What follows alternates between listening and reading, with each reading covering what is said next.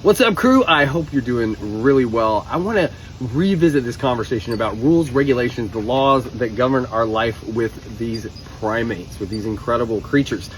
And I cannot stress enough how important it is that you dig in deeply to the laws in your state, but not just your state, your county, your city, and even your HOA. So I want to reiterate some things, and Texas is a really great example.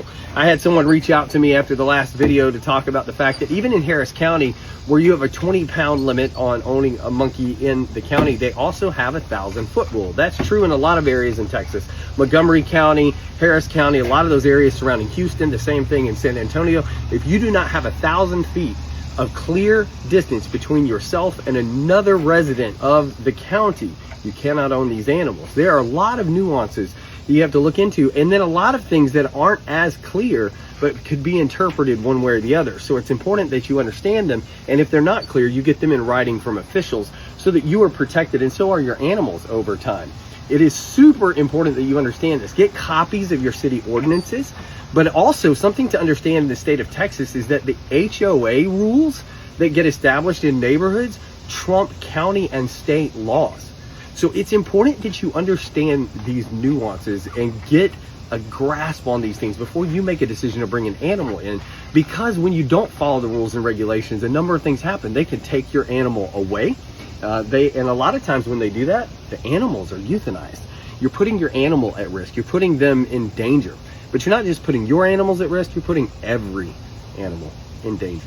When you choose to blatantly ignore the laws or think that you are exempt in some way or they don't apply to you, you're affecting every one of us who does life with these animals. And so it is highly important that you show respect to the animals first and to the community of people who do life like this, that you follow the rules and the regulations to the T. It's super important, whether you agree with them or not. I don't agree with all of them. In some states where they're listed as not legal or you cannot own them, you may find that you're able to register that animal. In some states where they allow you to register, you need to have what's called a DWA, a dangerous wild animal permit or classification. But the truth is, those things are really hard to get. In a state like Ohio, getting a DWA requires you to build a facility, to have a veterinarian on staff, to have a certain amount of training hours and experience. And so it's really important that you understand these things. And again, things like Florida, when you're moving animals around, import-export permits matter.